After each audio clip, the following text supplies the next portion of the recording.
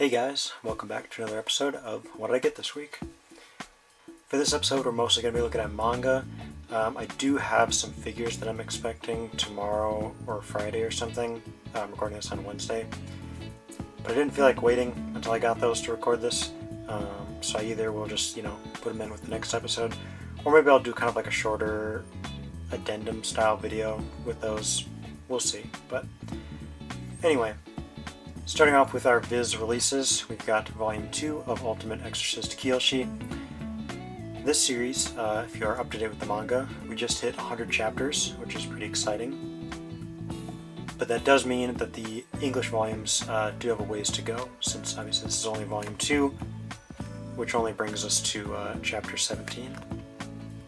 I'm still enjoying this series. I liked the arc that just wrapped up recently, but I'm kind of more excited, honestly, by what's happening in the story currently. I think that's just kind of the nature of the beast, coming out of a long arc and then starting to set up for the next arc or some sort of in-between little mini arc. I think those are always super interesting.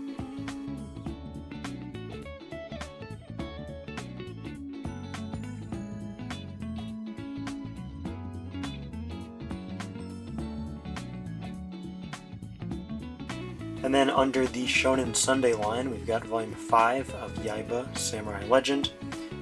So with this volume, I kind of took a flip through it, and it looks like this takes us to about where Season 1 of the anime ended, which I think, if I remember, is a little bit under the halfway point for the whole series.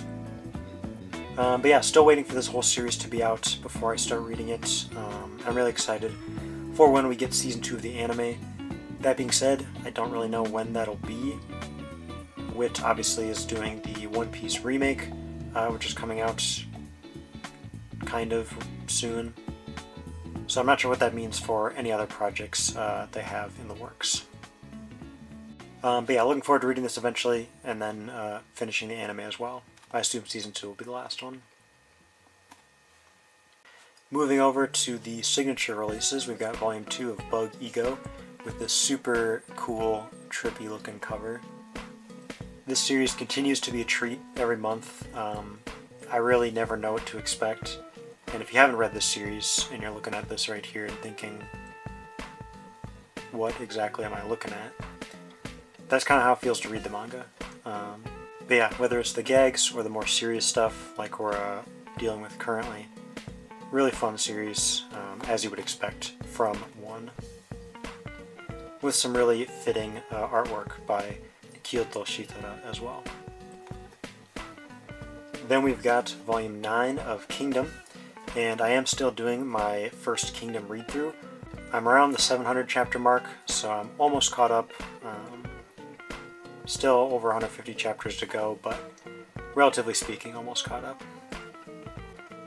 Now that I'm so far into the series, it's fun when these volumes come out to look through them and see how much the art and the characters and everything has changed over the years. This volume is particularly exciting because it ends right when Minister Lu arrives, or Ryofui as I have known him. And that is one thing that throws me off a little bit because the scans use the Japanese readings of the names, and since I've been reading those for hundreds of chapters now, those are really stuck in my mind.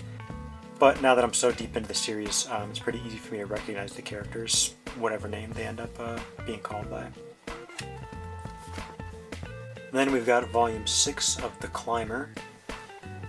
I don't remember how many volumes the series is, but I think we're getting close to the end. I really like this cover here, especially with kind of the text in the background. I don't know why I really like when manga does that. Like, for example, some of the Bleach covers, at least the Japanese versions, some of the Fire Force covers. Yeah, I don't know, I just think it's a cool look. But yeah, I don't really have much to say about this series. Great art as always. Every time I get one of these volumes, though, flipping through it does make me want to sit down and reread the series, so maybe I'll do that once they're all released. Then we've got Volume 8 of the Magic the Gathering manga, Destroy All Humans, They Can't Be Regenerated. This one is still shrink-wrapped to keep the exclusive card safe in there. I want to say there's like 18 volumes of this series, So not quite at the halfway point, but almost. I'm really looking forward to reading this one once the whole thing is out. And I'm also interested to see what these, exclusive magic cards they all come with are. Like, are they themed around the content of the story? Do they have arts, like, from the mangaka? I don't know. And I think I'll keep that a surprise until I get to that point. And then moving over to Kodansha, we've got our monthly Blue Lock volume. This one is 32, with Igaguri on the cover. Super cool, having his chain replaced with these like prayer beads, obviously fitting his motif and his character. With this volume, we're still deep in the end game of the Bastard PXG game, so I don't really have that much to add, but like the Climber, flipping through this volume, I really want to reread Blue Lock again, even though I just did that like a year or two ago. Also, just kind of a random aside, but I always felt like in this page he looked like Rin Okumura from Blue Exorcist. Anyway. And then for our last manga pickup, we've got volume 11 of Gachi Akta, with one of my favorite covers so far, I would say. Rudo in his full cleaner outfit here, looking very sick. Aside from some of the obvious stuff, like the art and the character designs, one of the things that I like the most about the series is the lore and like all the mysteries that have been set up. It feels like we're slowly getting fed little pieces here and there, but I'm really excited for when everything comes together and we get all these big reveals and explanations for stuff. One minor gripe I do have with the series is the release format, I guess. Not really the schedule. I don't mind that Urana has to take a lot of breaks or that the chapters are like shorter length.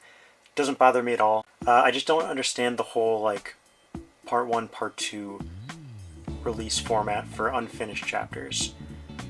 That might just be a difference between Shonen Jump and Weekly Shonen Magazine, because I've noticed Blue Lock does it as well sometimes, but it's more common with Gachi Akta, where we'll get half a chapter one week and then the other half the next week. To me at least, I think it would be better and just make more sense if you just have 1 week off and then release the chapter in full.